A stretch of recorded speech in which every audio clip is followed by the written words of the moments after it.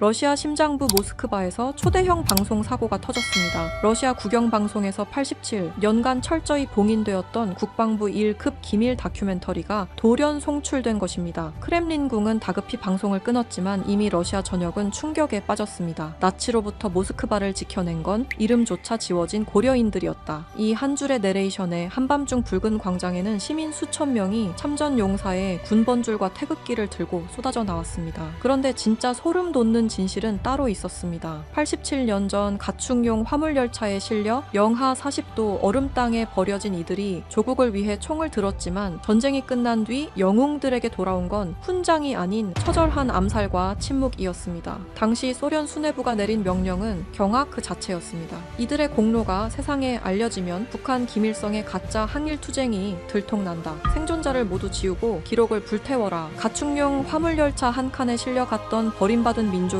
38조 원의 동맹으로 부활하기까지 87년 동안 러시아와 북한이 필사적으로 숨겨야만 했던 그 피 묻은 사연을 지금 공개합니다. 저는 나탈리아 코르사코바입니다. 러시아 국영방송의 탐사보도 PD죠. 15년 넘게 수많은 다큐멘터리를 만들어 왔지만 이렇게 심장이 주먹으로 쥐어짜이는 듯한 기분은 처음이었습니다. 모든 것은 국방부 지하 문서고에서 시작되었습니다. 곰팡내가 코를 찌르는 지하 3층 서고, 기밀해제 도장이 찍힌 낡은 종이, 상자 수백 개가 천장까지 빼곡히 쌓여 있었습니다. 저는 제2차 세계대전 참전 기록을 정리하는 일상적인 프로젝트를 맡은 참이었죠. 먼지를 뒤집어쓰며 서류를 넘기던 손이 어느 순간 딱 멈췄습니다. 누렇게 바랜 종이 위에 적힌 이름 하나, 황동구. 민족란에는 고려인이라는 세 글자가 찍혀 있었고, 부대 배치 기록에는 대전차 포병 제사중대라고 적혀 있었습니다. 로스토프 해방전, 폴란드 전선까지 전투 참가 기록이 무려 23건이나 빼곡하게 나열되어 있었는데 이상한 점이 하나 있었습니다. 이 병사의 기록이 공식 참전용사 명부 그 어디에도 존재하지 않았던 겁니다. 전투에 참가한 기록은 있는데 이 사람이 존재했다는 공식 흔적은 완전히 지워져 있었습니다. 마치 누군가가 의도적으로 이 사람을 역사에서 통째로 삭제해버린 것처럼 저는 그 순간 뼈속까지 서늘한 전율을 느꼈습니다. 이것은 단순한 행정 오류가 아니었습니다. 87년간 조직적으로 은폐된 거대한 비밀의 꼬리가 제 손끝에 잡힌 것이었습니다. 그리고 그 비밀의 실타래를 풀어가면서 저는 상상조차 할 수 없었던 거대한 서사와 마주하게 됩니다. 지금부터 그 이야기를 시작하겠습니다. 시간은 87년 전, 극동 러시아의 가을로 거슬러 올라갑니다. 그해 가을, 연해주의 아침 공기는 차갑고 투명했습니다. 블라디보스토크에서 북쪽으로 기차를 타고 1시간쯤 들어가면 구릉지 사이로 드넓은 들판이 펼쳐지는 마을이 하나 있었습니다. 고려인들이 모여 일군 신안촌, 반달 모양으로 휘어진 시냇물 둘레로 낮은 초가집들이 옹기종기 다닥다닥 붙어 있었고 그 너머로는 누렇게 고개를 숙인 벼가 끝없이 넘실거리고 있었습니다. 황병택은 그 논두렁에 쪼그리고 앉아 벼이삭 하나를 손가락으로 조심스럽게 쥐어보고 있었습니다. 알이 꽉 차서 묵직했죠. 올해는 풍년이었습니다. 병택은 40이 넘은 사내였습니다. 일제의 나라를 빼앗기고 만주를 떠돌다가 결국 연해주까지 흘러들어온 독립운동가 출신의 농부였죠. 총 대신 삽을 들었고 전단지 대신 벼 종자를 뿌렸습니다. 이 척박한 시베리아 땅에 논농사를 도입한 것은 병택을 비롯한 고려인 농부들의 기적 같은 업적이었습니다. 카자흐인도, 우즈베크인도, 심지어 러시아인 농학자들도 불가능하다고 고개를 내저었던 벼농사를 이 사람들은 해냈습니다. 아버지, 올해는 정말 잘 됐네요. 아들 동국이 논둑 위에서 아버지에게 물통을 건네며 한바구음을 지었습니다. 11살, 갈색 피부에 뼈대가 굵은 소년이었죠. 병택은 아들의 머리를 거칠게 한번 쓸어내리며 고개를 끄덕였습니다. 내일이면 수학이다. 올해 거두면 마을 전체가 겨울을 넉넉히 날 수 있을 거야. 그날 저녁, 마을 어귀의 작은 공회당에서는 수학 전야제가 열렸습니다. 고려인들이 삼삼오오 모여 들판에 핀 가을꽃을 꺾어 머리에 꽂고 오래된 아리랑을 불렀습니다. 아이들은 멍석 위에서 뒹굴며 까르르 웃었고 늙은 어머니들은 솥에 떡을 쪘습니다. 바로 그 밤이었습니다. 새벽, 아직 동이 트기도 전이었습니다. 마을 어귀를 에워싸듯 군용 트럭 수십 대의 엔진 소리가 어둠을 갈랐습니다. 사방에서 환하게 켜진 서치라이트의 날카로운 빗줄기가 초가집 지붕과 논둑 위를 무참하게 훑고 지나갔습니다. 트럭에서 쏟아져 내린 소련 보안부대. 군인들은 일제히 총검을 장착한 소총을 겨누고 집집마다 문을 걷어차기 시작했습니다. 즉시 집 밖으로 나와. 짐은 한 사람당 보따리 하나만 허용한다. 30분 내로 집결하라. 잠결에 뛰쳐나온 사람들의 얼굴에는 경악과 공포가 번졌습니다. 울음을 터뜨리는 아이들, 영문도 모른 채 끌려 나오는 노인들. 이유를 묻는 사람에게 돌아오는 대답은 단 한마디뿐이었습니다. 스탈린 동지의 명령이다. 일본 간첩의 소지가 있는 고려인 전원을 이주시킨다. 일본 간첩. 병택의 핏줄이 거꾸로 솟았습니다.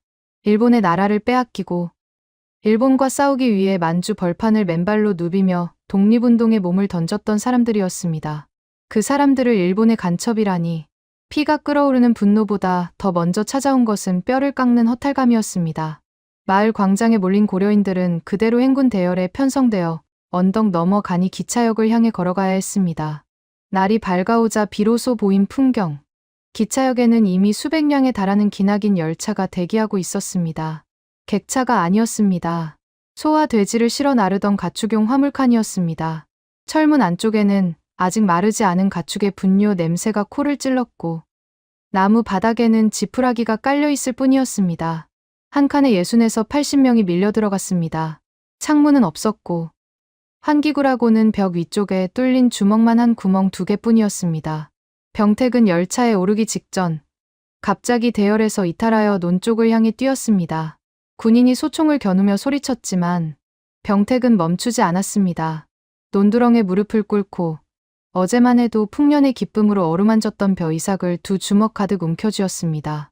뿌리째 뽑힌 벼이삭, 흙이 묻은 거친 손. 그것이 이 땅에서 가져갈 수 있는 전부였습니다. 소총 개머리판으로 등짝을 얻어맞으며 끌려온 병택은 피투성이 등을 한 채 화물칸에 던져지듯 실렸습니다. 그의 품속에는 흙이 묻은 벼이삭 한 줌이 꼭 쥐어져 있었습니다. 11살 소년 동국은 아버지의 피 묻은 등을 와들와들 떨리는 두 손으로 부여잡으며 이를 악물었습니다. 울지 않았습니다. 울음 대신 이가 맞물리는 소리가 어둡고 비좁은 화물칸 안에서 가늘게 울렸습니다. 그리고 바깥에서 육중한 철문이 쿵 닫히고 외부에서 빗장이 걸리는 둔탁한 쇳소리가 울렸습니다. 17만 명을 실은 죽음의 열차가 느릿느릿 움직이기 시작했습니다. 6,500km, 40일간의 여정이었습니다. 그리고 그 열차 안에서 벌어진 일은 차마 입에 담기조차 힘든 것이었습니다. 열차가 움직이기 시작한 첫날부터 지옥이 열렸습니다.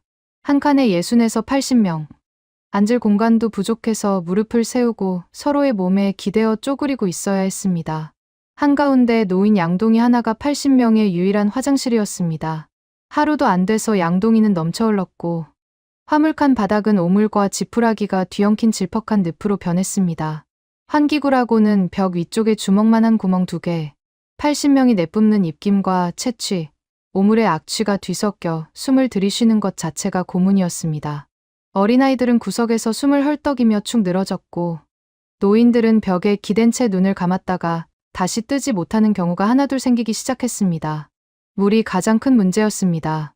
열차가 간이역에 멈출 때마다 군인들이 화물칸 문을 열어주었지만 그것은 식수를 공급하기 위해서가 아니었습니다. 시신을 내리기 위해서였습니다. 물은 하루에 한 번, 녹슨 철제 물통 하나가 칸 입구에 놓이면 끝이었습니다. 80명이 나눠 마시기에는 턱없이 부족했죠. 동국은 아버지 병택의 곁에 바짝 붙어 앉아 있었습니다. 아버지의 등짝에는 소총 개머리판에 맞은 자리가 검붉게 부어올라 있었고 셔츠에 밴 핏자국이 마르면서 딱딱하게 굳어 있었습니다. 하지만 병택은 신음 한 번 내지 않았습니다. 품속의 벼이삭을 감싸 안은 두 손만이 가늘게 떨리고 있을 뿐이었습니다. 사흘째 되던 날이었습니다. 동국의 바로 옆칸에서 아이의 울음소리가 멈추었습니다. 갑자기 멈춘 것이 아니었습니다. 이틀 동안 잦아들다가 가늘어지다가 실처럼 얇아지다가 끝내 아무 소리도 나지 않게 된 것이었습니다. 그 침묵이 울음소리보다 배는 더 무서웠습니다. 얇은 나무벽 너머로 어머니의 통곡이 화물칸 전체를 뒤흔들었습니다. 병택이 아들의 귀를 자신의 가슴팍에 꼭 끌어안았습니다. 동국은 아버지의 심장 소리를 들으며 이를 악물었습니다. 이가 부서질 것 같았습니다. 열차가 시베리아 내륙으로 들어서자 기온이 급격히 떨어지기 시작했습니다. 낮에도 입김이 뿌옇게 피어올랐고 밤이면 바닥의 습기가 서리로 변해 나무 판자 위에 하얗게 꽃을 피웠습니다.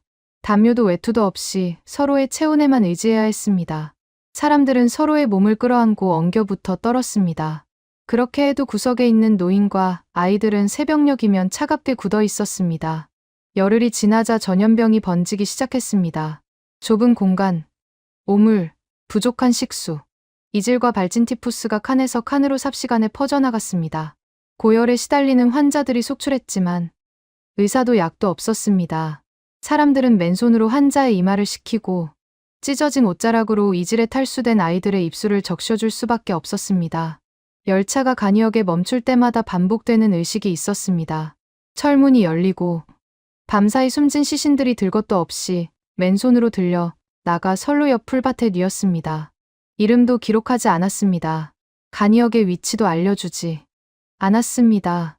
어디에 묻히는지도 모른 채 가족의 품에서 떨어져 나간 사람들이 열차가 멈출 때마다 한 명씩, 두 명씩 늘어갔습니다. 병택은 시신이 내려질 때마다 고개를 숙이고 입술을 달싹였습니다. 소리 없는 기도였습니다. 아들 동국은 아버지의 그 모습을 묵묵히 지켜보았습니다. 15째 날 무렵 동국은 믿을 수 없는 광경을 목격했습니다. 열차가 잠시 멈춘 간이역에서 화물칸 문이 열렸을 때 맞은편 선로에 대기하고 있던 또 다른 열차의 문도 동시에 열렸습니다. 그 안에서 내려온 사람들. 동국은 눈을 비볐습니다. 익숙한 얼굴이었습니다. 신안촌에서 수십 킬로미터 떨어진 다른 고려인 마을 사람들이었습니다. 그리고 그 무리 속에서 등이 굽은 백발의 노인 하나가 힘겹게 내려섰습니다. 동국의 아버지 병택이 그 노인을 알아보는 순간 사색이 되어 벌떡 일어났습니다. 홍범도 장군이었습니다. 봉오동 전투와 청산리 대첩에서 일본군을 대파하고 만주 벌판을 누빈 독립운동의 전설. 고려인이라면 아이부터 노인까지 모르는 사람이 없는 위대한 영웅이었습니다. 병택. 자신도 젊은 시절 그 이름 석자를 가슴에 새기고 독립운동에 뛰어들었던 것이었습니다. 그 위대한 영웅이 지금 남루한 옷차림의 등이 꺾이도록 구부린 채 가축용 화물칸에서 짐짝처럼 내려서고 있었습니다. 군인들은 그가 누구인지 알지도 못했고 알려고 하지도 않았습니다. 일본군을 벌벌 떨게 만들었던 전설의 장군도 갓 태어난 갓난아기도 스탈린의 명령서 한 줄 앞에서는 똑같은 이주 대상 고려인에 불과했습니다. 이 민족의 가장 위대한 영웅조차 짐승 취급을 피할 수 없었다는 사실이 11살 소년의 가슴에 대모처럼 깊이 박혔습니다. 병택은 멀리서 홍범도 장군을 바라보며 주먹을 불끈 쥐었지만 한 발짝도 다가갈 수 없었습니다. 곧바로 철문이 다시 닫혔고 열차는 아무 일도 없었다는 듯 다시 움직이기 시작했습니다. 20날, 30날, 시간의 감각이 완전히 무너졌습니다. 사람들은 더 이상 며칠이 지났는지 세지 않았습니다. 해가 뜨고 지는 것도 벽 틈새로 스며드는 빗줄기의 방향이 바뀌는 것으로 겨우 짐작할 뿐이었습니다.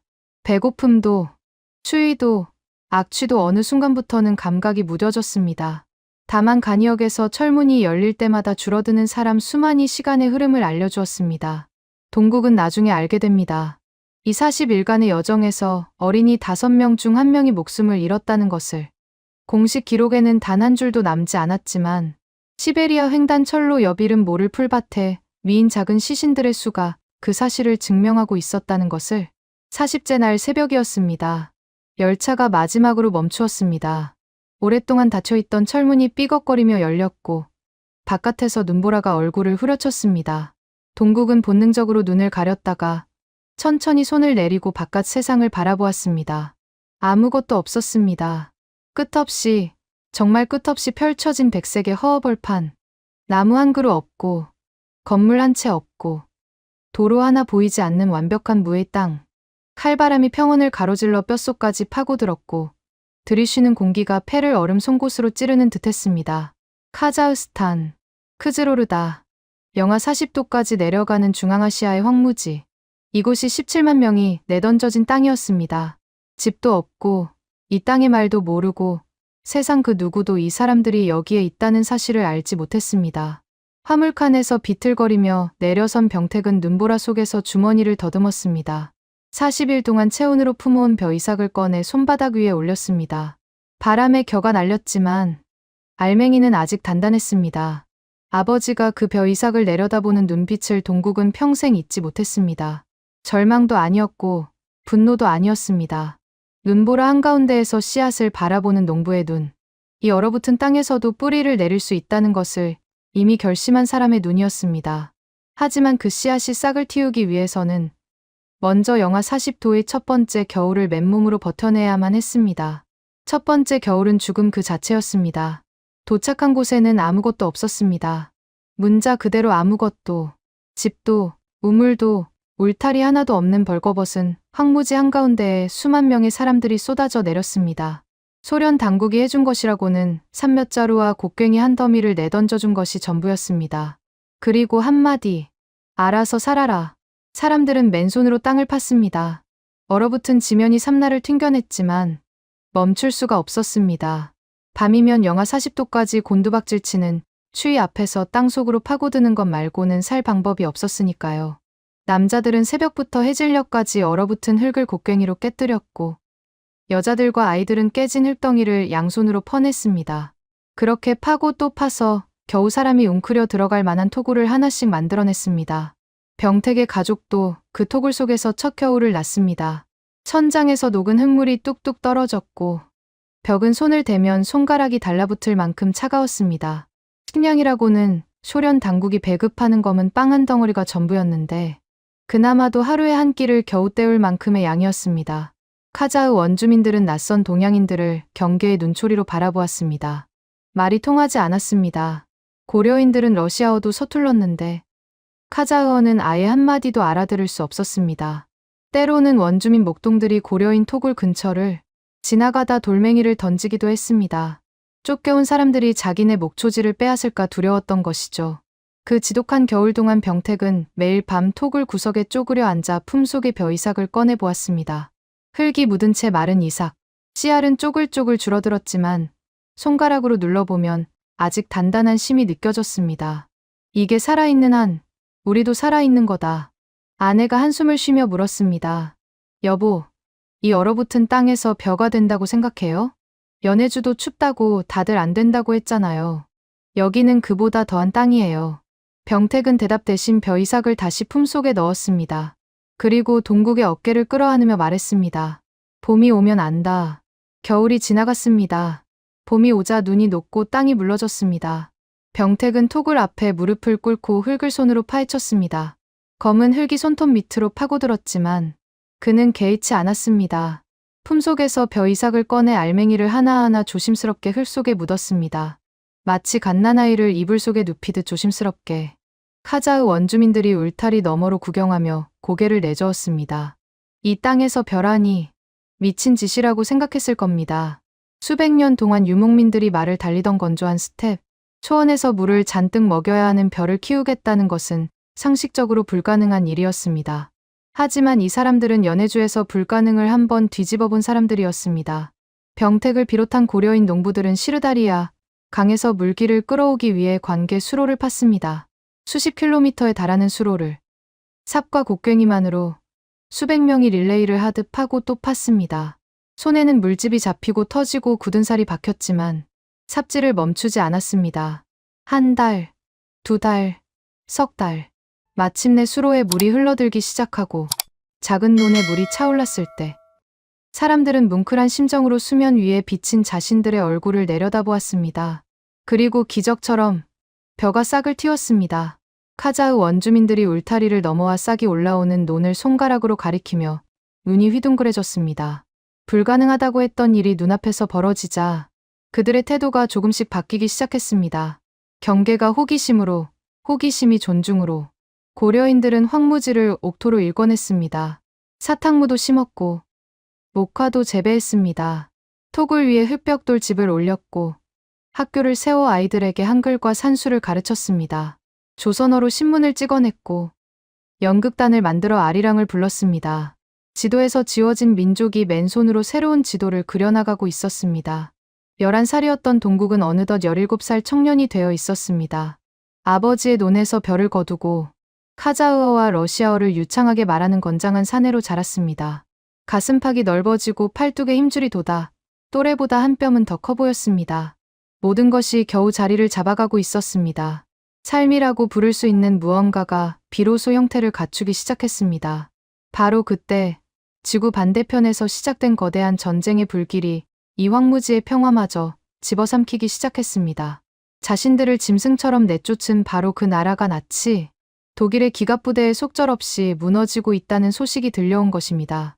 동국은 마을 공회당에 걸린 전원 게시판 앞에 서서 아버지가 연해주에서 끌려올 때와 같은 전율이 등줄기를 타고 흐르는 것을 느꼈습니다.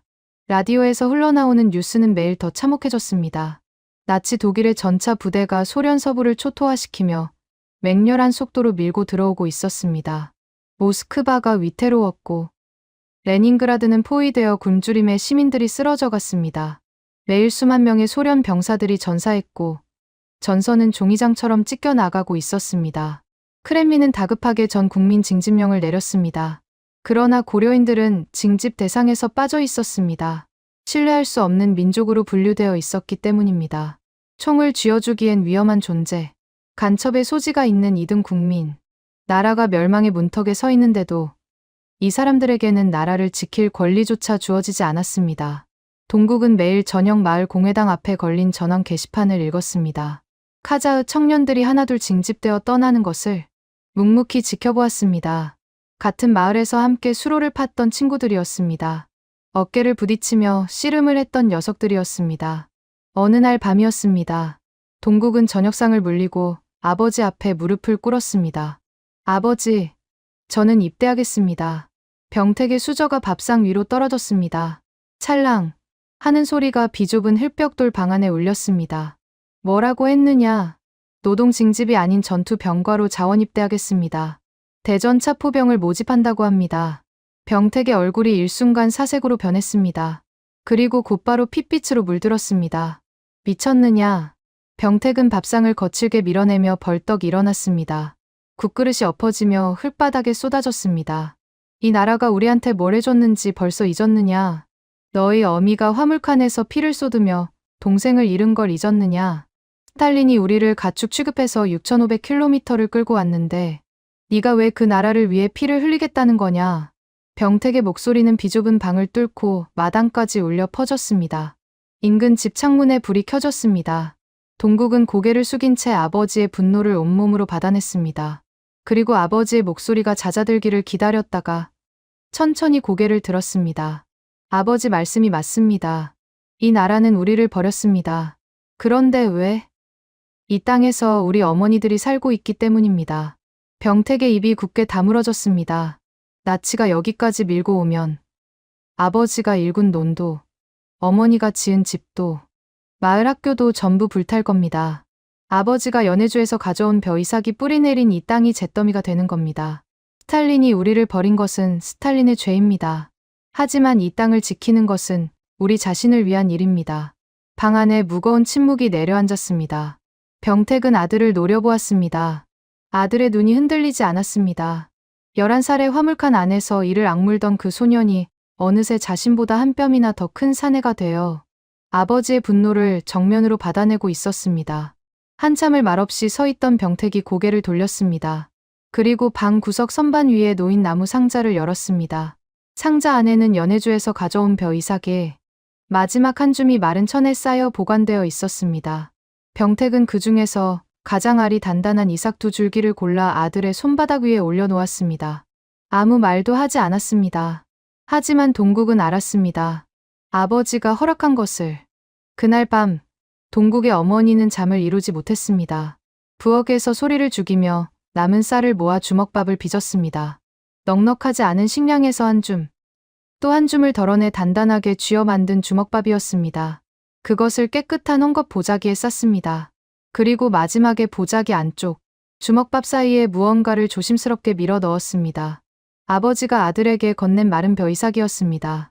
새벽, 동국은 배낭을 메고 흙벽돌집 문을 나섰습니다. 어머니는 문간에 서서 아들의 뒷모습을 바라보았습니다. 울지 않았습니다. 대신 앞치마 끝을 두 손으로 꼭 움켜쥐고 있었습니다.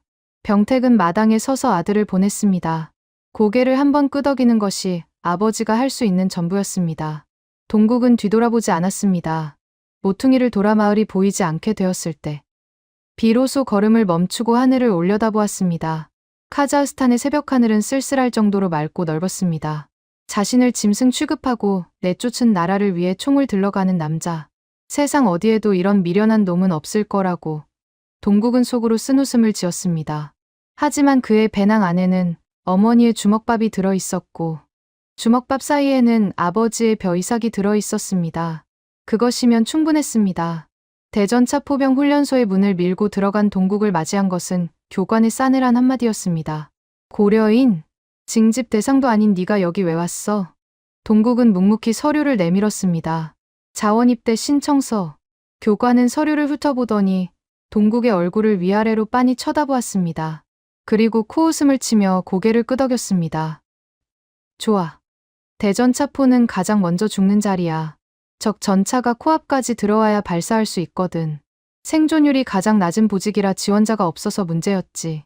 네가 죽고 싶다면 말리지 않겠다. 동국은 한마디도 대꾸하지 않았습니다. 대전차포의 차가운 금속 표면에 처음으로 손을 얹었을 때 그의 손바닥에는 아직 주먹밥의 온기가 남아 있었습니다. 전선은 상상했던 것보다 100배는 더 참혹했습니다. 대전차포병 제4중대에 배속된 동국이 처음으로 투입된 곳은 로스토프 일대의 해방작전이었습니다. 남부 러시아의 드넓은 평원 위로 나치 독일의 기갑부대가 끝없이 밀려오고 있었습니다. 수백 대의 전차가 모래 폭풍을 일으키며 지평선 위로 시커먼 점이 되어 나타났다가 순식간에 철의 괴물로 커져 쏟아져 들어왔습니다. 대전차포의 유효 사거리는 생각보다 짧았습니다. 적 전차가 충분히 가까이 교관의 말대로 코앞까지 들어와야 관통할 수 있었습니다. 그 말은 곧 적의 기관총 사거리 안에서 싸워야 한다는 뜻이었습니다. 첫 교전 때 동국의 바로 옆에 있던 포수가 전차의 기관총에 맞아 쓰러졌습니다. 피가 동국의 얼굴에 튀었습니다. 닦을 틈도 없었습니다. 쓰러진 포수의 자리에 즉시 자신이 들어가 장전하고 조준하고 발사했습니다. 쾅! 귀가 먹먹해지는 반동과 함께 포탄이 날아갔고 적 전차의 장갑판에 부딪히며 불꽃이 튀었습니다. 관통! 전차가 내부에서 폭발하며 검은 연기가 치솟았습니다. 하지만 기뻐할 시간은 없었습니다. 한 대 뒤에 두 대가, 두 대 뒤에 10대가 밀려들었습니다. 대전차포 진지의 평균 생존 시간이 15분이라는 말이 농담이 아님을 온몸으로 깨달았습니다. 포를 쏘고, 진지를 옮기고, 다시 쏘고, 이 과정을 하루에 수십 번 반복했습니다.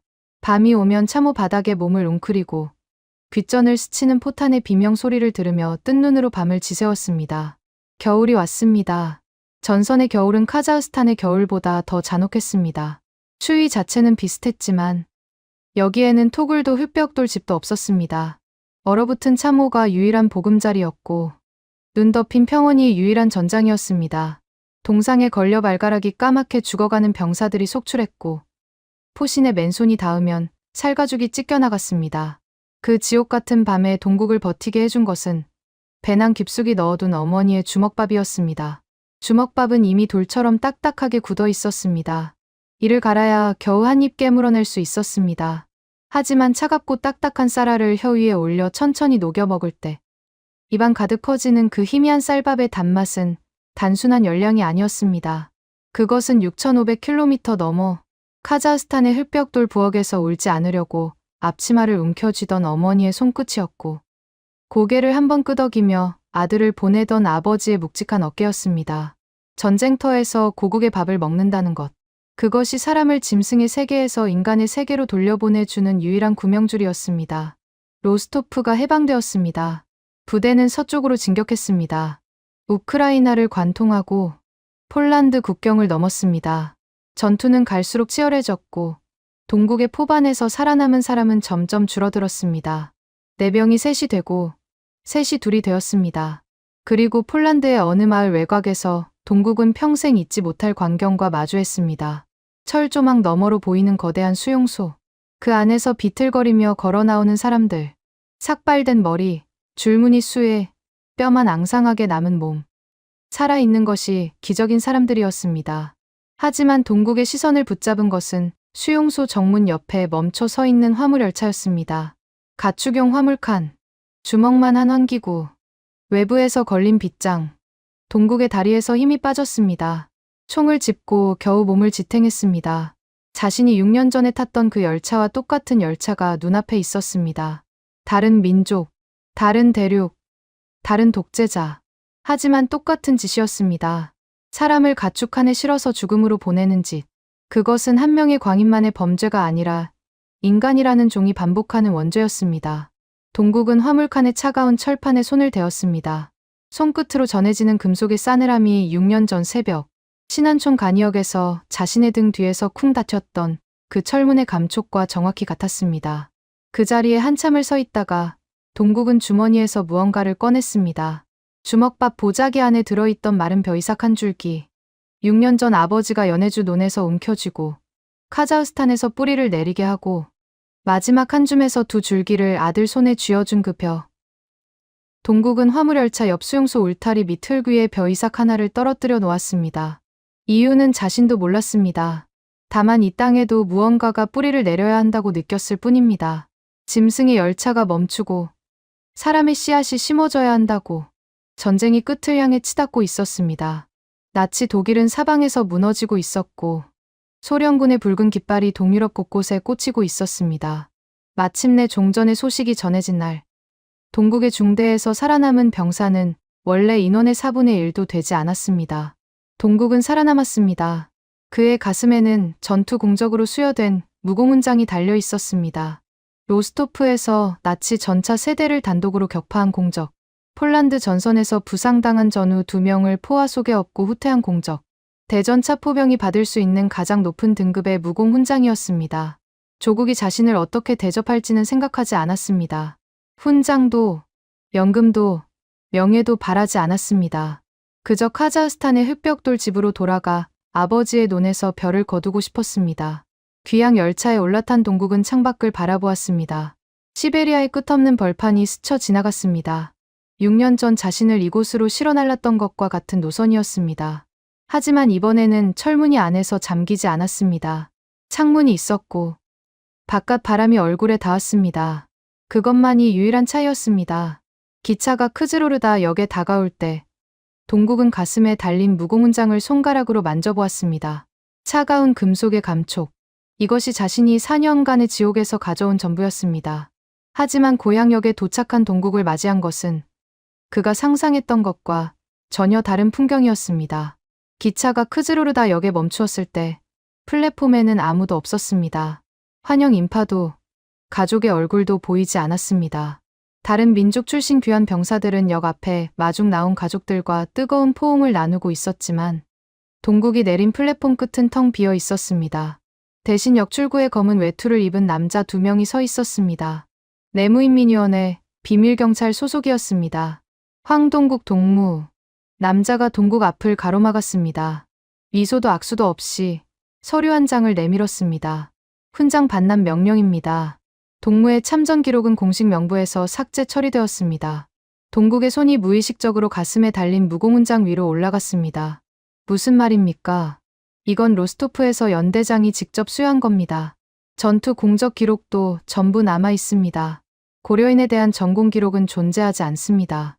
동무가 참전한 사실 자체가 공식적으로 존재하지 않습니다. 동국은 말문이 막혔습니다. 4년간 대전차 포를 끌고 전선을 누볐습니다. 동료가 피를 쏟으며 쓰러질 때마다 그 자리를 대신 지켰습니다. 나치 전차가 불을 뿜으며 달려올 때 도망치지 않고 포탄을 장전했습니다. 얼어붙은 참호에서 발가락이 동상에 걸려 까맣게 죽어갈 때도 포를 놓지 않았습니다. 그 모든 것이 존재하지 않는다는 한마디에 지워지고 있었습니다. 비밀경찰은 동국의 가슴에서 훈장을 떼어냈습니다. 동국은 저항하지 않았습니다. 저항할 수 없다는 것을 알고 있었습니다. 화물 열차에 실려 6,500km를 끌려온 사람들에게는 국가에 항변할 권리가 처음부터 없었습니다. 그리고 한 가지 더. 비밀경찰이 한 걸음 더 다가서며 목소리를 낮췄습니다. 동무는 지금부터 특별 감시 대상입니다. 군사훈련을 받은 고려인은 잠재적 위험 요소로 분류됩니다. 거주지 이동 시 반드시 사전 신고하고 매달 정기적으로 지역 관할소에 출두해야 합니다. 이를 어길 시 구금 대상입니다. 짐승처럼 쫓겨나고 피를 흘려 나라를 지켰더니 돌아온 것은 다시 감시와 통제였습니다. 훈장 대신 족쇄, 영웅 대신 요주의 인물. 전쟁터에서 한 발 한 발 쏘아낸 포탄의 무게가 허무하게 증발하는 순간이었습니다. 동국은 텅 빈 가슴에 손을 얹은 채 묵묵히 역을 빠져나와 마을로 걸어갔습니다. 흙벽돌 집 앞에 아버지 병택이 서 있었습니다. 머리가 반백으로 새어 있었습니다. 아들의 가슴에 훈장이 없다는 것을 한눈에 알아보았지만 아무 말도 하지 않았습니다. 다만 아들의 어깨를 한번 거칠게 두드리고 돌아서서 논 쪽을 향해 걸어가기 시작했습니다. 벼가 익었다. 같이 거두자. 그것이 아버지가 4년 만에 돌아온 아들에게 건넨 전부였습니다. 동국은 군복을 벗고 다시 농부가 되었습니다. 아침이면 논에 나가 벼를 거두고 저녁이면 톡을 위에 새로 올린 흙벽돌 집에서 가족과 밥을 먹었습니다. 매달 관할소에 출두하여 감시 기록부에 서명하는 것만이 그가 한때 군인이었다는 사실을 상기시켜 주었습니다. 세월이 흘렀습니다. 아버지 병택이 먼저 눈을 감았습니다. 논두렁에서 쓰러져 그대로 일어나지 못했습니다. 주먹에 흙을 쥔 채였습니다. 마지막까지 농부였습니다. 동국도 늙어갔습니다. 머리가 희끗희끗해지고 등이 굽고 대전차포의 반동으로 망가진 어깨가 비가 올 때마다 쑤셨습니다. 하지만 그는 단 한 번도 자신의 전쟁 이야기를 누구에게도 하지 않았습니다. 하지 않은 것이 아니라 할 수 없었습니다. 감시가 끝난 뒤에도 국가가 지운 기록은 복원되지 않았고 침묵은 습관이 되어 뼈에 박혀버린 것이었습니다. 동국의 아들이 그리고 손녀가 그리고 증손녀가 태어났습니다. 증손녀의 이름은 세라. 카자흐스탄에서 태어나 한국으로 귀환한 고려인 동포였습니다. 세라는 증조할아버지가 전쟁에 참전한 적이 있다는 사실조차 몰랐습니다. 집안에서 그 이야기를 하는 사람이 아무도 없었으니까요. 동국이 세상을 떠나기 며칠 전이었습니다. 병상에 누운 동국은 증손녀 세라의 손을 잡았습니다. 앙상하게 마른 손. 대전차포의 방아쇠를 당기던 검지에는 아직도 단단한 굳은 살이 남아 있었습니다. 세라야. 네. 할아버지. 이 땅에 뿌리를 내려라. 그것이 우리가 이긴다는 뜻이다. 세라는 그 말의 의미를 알지 못했습니다. 그저 할아버지의 손을 꼭 쥐고 고개를 끄덕였습니다. 동국이 눈을 감은 뒤 세라는 할아버지의 서랍을 정리하다가 오래된 나무 상자 하나를 발견했습니다. 상자 안에는 녹이 쓴 군번줄 하나와 마른 벼이삭 한 줄기가 들어 있었습니다. 벼이삭은 너무 오래되어 갈색으로 변해 있었지만 알맹이를 만져보면 아직 단단한 심이 느껴졌습니다. 세라는 그것이 무엇인지 알지 못했습니다. 할아버지는 끝내 말해주지 않았습니다. 녹슨 군번줄, 마른 벼 이삭, 그리고 87년의 침묵. 그 침묵을 깨뜨린 것은 지구 반대편 모스크바의 국방부 지하 문서고에서 먼지를 뒤집어 쓴 채 서류를 뒤적이던 한 사람의 집요한 손끝이었습니다. 다시 저 나탈리아의 이야기로 돌아옵니다. 국방부 지하 서고에서 황동국이라는 이름을 발견한 그 순간부터 저는 완전히 이 미스터리에 사로잡혔습니다. 밤낮을 가리지 않고 서류를 뒤졌습니다. 식은 커피잔들이 책상 위에 성벽처럼 쌓여갔고 동료들은 저를 걱정스러운 눈으로 바라보기 시작했습니다. 하지만 파면 팔수록 이상한 점이 드러났습니다. 황동국의 전투 참가 기록은 분명히 존재했습니다. 대전 차포병 제사중대, 로스토프 해방전, 우크라이나 전선, 폴란드 해방전. 전투 일지에는 그의 이름이 반복적으로 등장했습니다. 포반 교대 기록, 탄약 수령 기록, 부상 치료 기록까지. 이 사람이 전쟁터에서 피를 흘렸다는 증거는 차고 넘쳤습니다. 그런데 공식 참전용사 명부에는 이 사람이 존재하지 않았습니다. 기록이 유실된 것이 아니었습니다. 의도적으로 삭제된 흔적이 역력했습니다. 참전용사 명부에 해당 줄에는 검은 잉크로 굵게 줄이 그어져 있었고 그 위에 기록 말소 처리 완료하는 도장이 찍혀 있었습니다. 전쟁이 끝난 직후가 아니라 그로부터 수년 뒤에 소급하여 삭제된 것이었습니다. 저는 소련 시절 내무인민위원회의 비밀 지령 문서를 추적하기 시작했습니다. 며칠 밤을 하얗게 세워가며 수천 장의 서류를 교차 대조했습니다. 그리고 마침내 그 지령 문서를 찾아냈습니다. 강제 이주 대상 민족 출신의 모든 군사 기록을 공식 명부에서 말소할 것. 해당 민족의 전공은 국가 기록으로 인정하지 않는다. 저는 서류를 내려놓고 한참 동안 아무것도 할 수 없었습니다. 피를 흘리는 것은 허락하면서 그 피를 기억하는 것은 허락하지 않았습니다. 죽는 것은 괜찮지만 죽은 것을 기록하는 것은 안 된다는 뜻이었습니다. 인간이 인간에게 할 수 있는 가장 잔혹한 모욕이었습니다. 저는 황동국 한 사람만의 문제가 아니라는 것을 직감했습니다. 이 지령이 적용된 고려인 참전 병사가 도대체 얼마나 되는 걸까? 서류를 다시 미친 듯이 파헤쳤습니다. 1명, 2명, 10명, 20명. 숫자가 불어날수록 저는 손이 떨렸습니다. 대전 차포병, 저격수, 공병, 군의관, 다양한 병과에서 고려인들이 싸웠고 공적을 세웠고 그리고 조직적으로 지워졌습니다. 나라를 위해 피를 흘린 사람들의 이름을 나라가 지웠다. 이 사실이 87년 동안 단 한 번도 세상에 알려지지 않았다. 저는 이것을 반드시 세상에 알려야 한다고 결심했습니다. 그것이 탐사보도 PD로서 제가 해야 할 일이었습니다. 하지만 방송을 만들기 위해서는 결정적인 증거가 더 필요했습니다. 문서만으로는 부족했습니다. 시청자의 가슴을 울리려면 이 종이 위에 이름을 살아있는 사람의 얼굴과 목소리로 연결해야만 했습니다. 저는 황동국의 후손을 찾기로 했습니다. 카자흐스탄 크즈로르다의 고려인 자치 기록부를 뒤지고 출생 및 사망 기록을 교차 확인하고 이민국 서류를 추적하는 지루하고 고통스러운 작업이 시작되었습니다. 황동국이라는 이름에서 시작해 아들, 손녀, 그리고 증손녀까지 세대를 건너뛰며 실타래를 풀어갔습니다. 그리고 어느 날 밤 모니터 화면에 한 줄의 검색 결과가 떠올랐을 때 저는 마시던 커피잔을 바닥에 떨어뜨리고 말았습니다. 황세라, 카자흐스탄 출생, 현재 거주지, 대한민국 서울. 커피가 바닥에 쏟아지며 갈색 웅덩이를 만들었지만 저는 눈길조차 주지 못했습니다. 황동국의 증손녀, 고려인 귀환 동포 프로그램을 통해 한국으로 이주한 젊은 여성이었습니다. 소셜미디어 프로필 사진에는 서울의 번화한 거리를 배경으로 밝게 웃고 있는 얼굴이 있었습니다. 87년 전 가축용 화물열차에 실려 끌려간 사람들의 피가 흐르는 여자가 그 피의 고향인 한국 땅에서 살고 있었습니다. 그녀는 알고 있을까? 증조 할아버지가 가슴에서 빼앗긴 훈장의 무게를 87년간 말소되었던 피의 기록을 녹슨 군번줄과 마른 벼이삭이 품고 있는 이야기를 저는 그 자리에서 서울행 비행기 표를 예매했습니다. 카메라 가방을 챙기고 87년 전 말소된 병사 기록 복사본을 투명한 파일에 넣었습니다. 공항으로 향하는 택시 안에서 저는 가슴이 터질 것 같았습니다. 15년간 수많은 다큐멘터리를 만들어 왔지만 이렇게 떨려본 적은 처음이었습니다. 비행기가 모스크바 공항의 활주로를 박차고 날아올랐습니다. 창밖으로 러시아의 광활한 대지가 점점 작아지며 멀어졌습니다. 87년 전 17만 명을 실은 화물열차가 달렸던 그 시베리아 벌판 위를 저는 지금 하늘을 날아 그 사람들의 후손을 만나러 가고 있었습니다. 인천공항에 내린 순간부터 모든 것이 비현실적이었습니다. 11시간의 비행 동안 저는 한숨도 자지 못했습니다. 무릎 위에 올려놓은 서류 가방을 양손으로 꽉 움켜쥐고 비행기 창밖에 스쳐 지나가는 구름을 멍하니 바라보았습니다. 가방 안에는 87년간 봉인되어 있던 기밀해제 문서 복사본과 제가 직접 정리한 황동국의 전투 기록 연대표가 들어 있었습니다. 서울은 눈부셨습니다. 고층 빌딩이 하늘을 찌르고 깨끗한 도로 위를 수만 대의 자동차가 빈틈없이 오가고 있었습니다.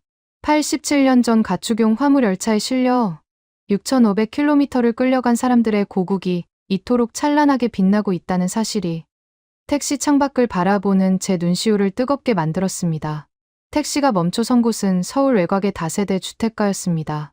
좁은 골목길이 구불구불 이어지는 소박한 동네, 화려한 강남의 마철로 하는 거리가 먼 곳이었습니다. 오래된 벽돌 건물 사이로 빨래가 널려 있었고 어딘가에서 된장찌개 끓는 냄새가 흘러왔습니다. 현관 초인종을 누르기 전 저는 크게 심호흡을 했습니다. 심장이 갈비뼈를 부수고 나올 듯 뛰었습니다. 문이 열렸습니다. 30살 안팎의 젊은 여성이 의아한 표정으로 저를 올려다보았습니다. 까만 머리카락, 광대뼈가 살짝 튀어나온 얼굴. 고려인 특유의 생김새가 역력했습니다. 누구세요? 혹시 황세라 씨입니까? 네, 맞는데요. 무슨 일이시죠? 저는 준비한 한국어 문장을 머릿속에서 더듬으며 통역을 돕기 위해 함께 온 교민 통역사에게 눈짓을 보냈습니다. 통역사가 나서서 간략하게 상황을 설명했습니다. 러시아 국영방송 PD가 세라 씨의 증조할아버지와 관련된 중요한 이야기를 전하러 왔다고. 세라의 표정이 미세하게 변했습니다. 경계심과 호기심이 동시에 어렸습니다. 증조할아버지요? 할아버지는 돌아가신 지 오래인데 무슨 이야기가 있는 건지. 세라는 우리를 좁은 거실로 안내했습니다. 방 한쪽 벽에는 가족 사진이 걸려 있었고 그 아래 작은 선반 위에 낡은 나무 상자가 놓여 있었습니다. 저는 가방에서 투명한 파일을 꺼내 세라 앞에 조심스럽게 놓았습니다. 세라 씨, 이것은 러시아 국방부 지하 문서고에서 기밀 해제된 서류입니다. 여기에 적힌 황동국이라는 이름이 세라 씨의 증조할아버지가 맞는지 확인해 주실 수 있겠습니까? 세라는 서류를 집어 들었습니다. 러시아어를 읽을 줄 알았습니다. 카자흐스탄에서 자랐으니까요. 그녀의 눈이 누렇게 바랜 종이 위의 글자들을 천천히 훑어 내려갔습니다. 대전 차포병 제사중대, 로스토프 해방전, 폴란드 전선, 전투 참가 기록 23건, 무공훈장 수여 기록, 그리고 그 위에 검은 잉크로 그어진 굵은 줄과 기록 말소 처리 완료라는 도장. 세라의 손끝이 미세하게 떨리기 시작했습니다. 이게 무슨... 이게... 세라 씨의 증조할아버지 황동국 씨는 제2차 세계대전에 자원 입대하여 대전 차포병으로 복무했습니다.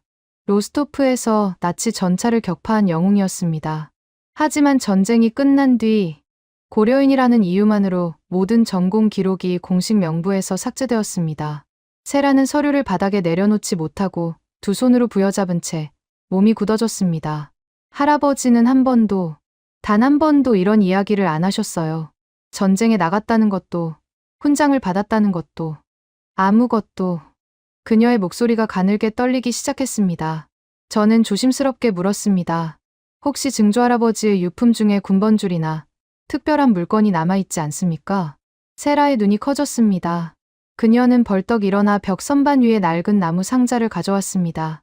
뚜껑을 열자 안에는 녹슨 군번줄 하나와 갈색으로 변한 마른 벼이삭 한 줄기가 나란히 누워 있었습니다. 저는 서류에 적힌 황동국의 군번과 상자 안 군번줄의 각인을 대조했습니다. 일치했습니다. 글자 하나 틀리지 않고 완벽하게. 그 순간 세라의 얼굴에서 무언가가 무너졌습니다. 댐이 터지듯 한순간에 와르르. 할아버지가 돌아가시기 전에 제 손을 잡고 그러셨어요.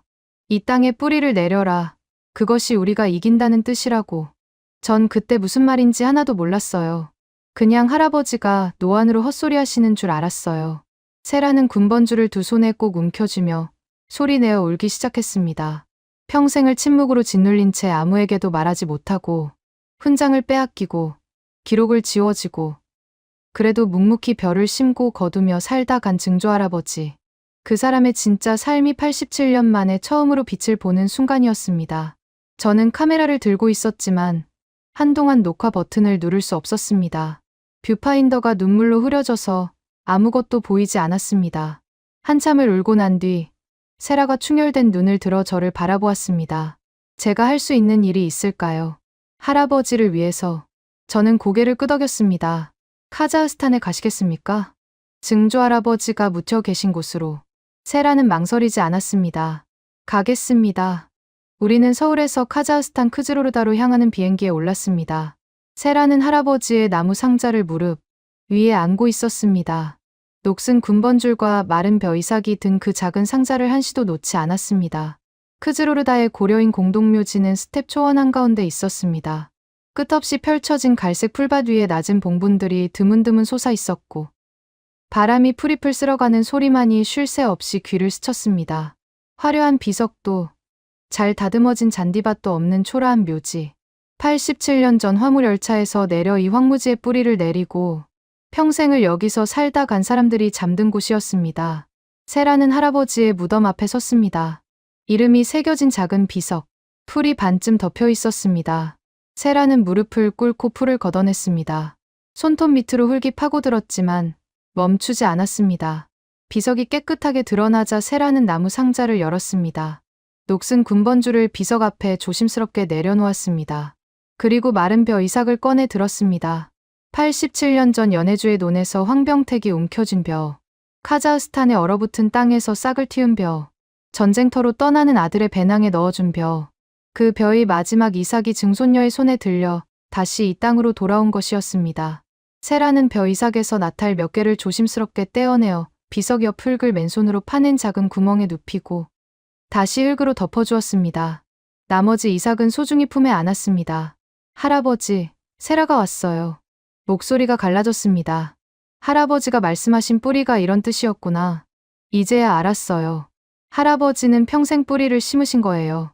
연해주에서도, 이 황무지에서도, 전쟁터에서도, 빼앗기고 지워져도 다시 심으신 거예요.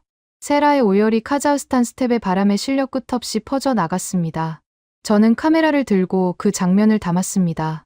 렌즈가 눈물로 흐려질 때마다 소매로 닦아내며 한 프레임도 놓치지 않으려 했습니다. 이 장면은 위성 송출을 통해 실시간으로 러시아 국영방송의 전파를 탔습니다. 그리고 그 전파는 모스크바에서 상트페테르부르크로, 런던에서 뉴욕으로, 도쿄에서 서울로 퍼져 나갔습니다. 87년간 아무도 몰랐던 이야기.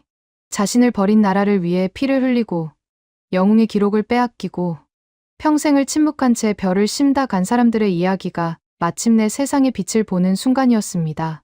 다큐멘터리가 방영된 직후 러시아 사회는 거대한 감정의 소용돌이에 빠졌습니다. 국영방송 홈페이지에는 방영 첫날에만 댓글이 수십만 건 쏟아졌습니다. 시청자들의 반응은 하나같이 같은 질문을 던지고 있었습니다. 이 사람들이 우리를 위해 피를 흘렸는데 우리는 왜 몰랐는가? 모스크바 중심부의 붉은 광장.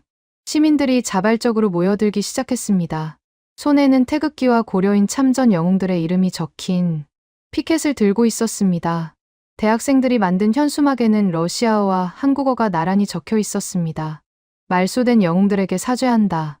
상트페테르부르크에서는 2차 대전 참전용사 단체가 긴급 성명을 발표했습니다.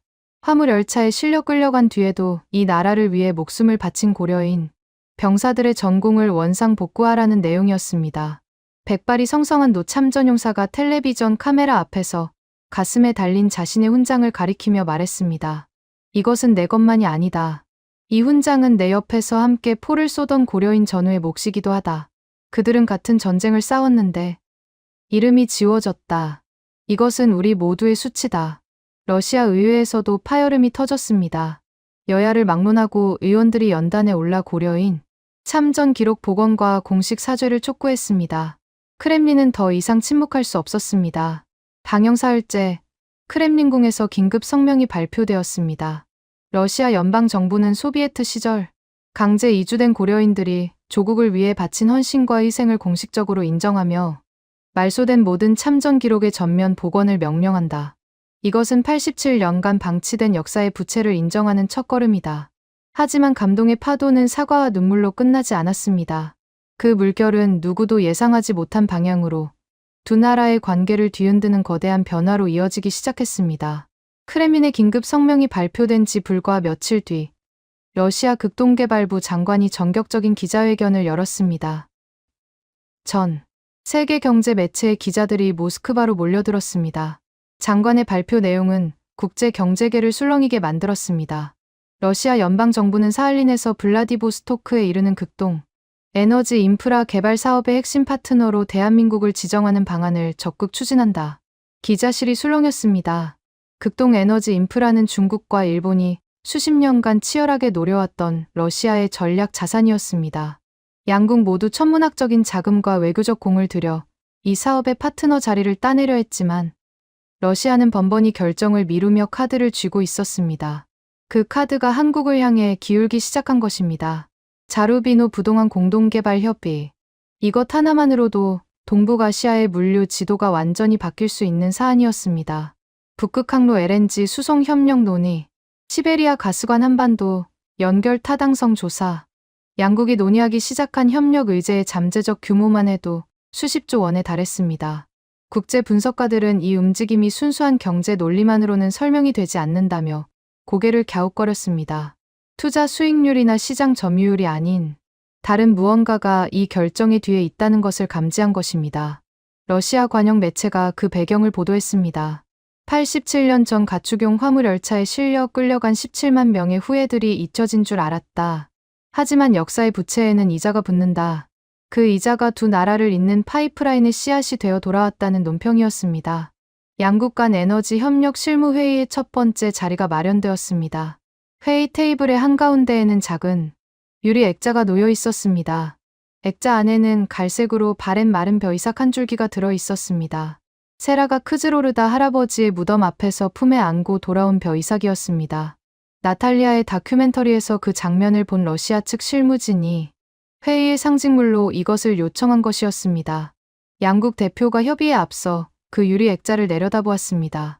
87년 전 연해주의 논에서 한 남자가 움켜쥔 벼이삭, 6,500km의 화물열차를 견뎌낸 씨앗, 영하 40도의 황무지에서 싹을 틔운 생명, 전쟁터로 떠나는 아들의 배낭에 들어간 어머니의 마지막 온기, 그 모든 시간이 저 유리 액자 안에 잠들어 있었습니다. 스탈린이 지도에서 지우려 했던 민족이 유라시아의 심장부를 관통하는 새로운 동맹의 출발선에 선 것입니다. 가축용 화물열차의 기억이 가스 파이프라인의 희망으로 바뀌기 시작한 것입니다. 전 세계의 언론 매체들이 이 사건을 연일 보도했습니다. 한 외신은 프라임타임 특집에서 이렇게 논평했습니다. 왜 고려인들은 자신을 추방한 나라를 위해 싸웠는가? 왜 87년간 침묵했는가? 그리고 왜 그 침묵이 결국 가장 큰 목소리가 되었는가? 이 질문에 대한 답은 결국 하나다. 뿌리를 가진 사람들은 어디에 심어져도 끝내 싹을 틔운다는 것. 그리고 그 싹은 잊혀진 피의 값을 반드시 되찾아온다는 것이라고 말했습니다. 회의가 끝난 뒤 세라는 테이블 위에 유리 액자를 한참 동안 내려다보았습니다. 그리고 조용히 고개를 숙여 인사했습니다. 액자 너머의 마른 벼이삭을 향해 아무도 듣지 못할 만큼 작은 목소리로 세라가 중얼거렸습니다. 할아버지, 뿌리가 내려지고 있어요. 여러분, 지금까지 87년간 봉인되었던 고려인 영웅들의 이야기를 함께 하셨습니다. 어떠셨습니까? 17만 명의 강제 이주, 어린이 5명 중 1명의 죽음, 그리고 나라를 위해 피를 흘리고도 이름이 지워진 병사들의 반세기. 그럼에도 그들은 원한 대신 벼이삭을 심었습니다. 화물열차에서 내려 맨손으로 황무지를 일구고 자신을 버린 나라의 심장을 지키기 위해 대전차포의 방아쇠를 당겼습니다. 훈장을 빼앗겨도 침묵했고 기록이 지워져도 묵묵히 논에 나가 별을 거뒀습니다. 87년이 지나 크렘린은 마침내 이렇게 인정했습니다. 역사의 부채에는 이자가 붙는다. 그 이자가 수십조 원 규모의 에너지 협력의 불씨가 되어 돌아오고 있습니다. 가축용 화물열차의 기억이 가스 파이프라인의 희망으로 유라시아의 심장을 관통하는 새로운 길을 열어가고 있습니다.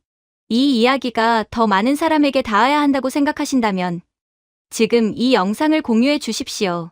잊혀진 고려인 영웅들의 이름을 세상에 알리는 일이 됩니다. 가슴이 뜨거워지셨다면 댓글에 벼이삭 3글자만 남겨주십시오. 뿌리는 잘려도 다시 자랍니다. 그들이 증명했습니다. 그들이 증명했습니다. 그들이 증명했습니다. 그들이 증명했습니다. 그들이 증명했습니다.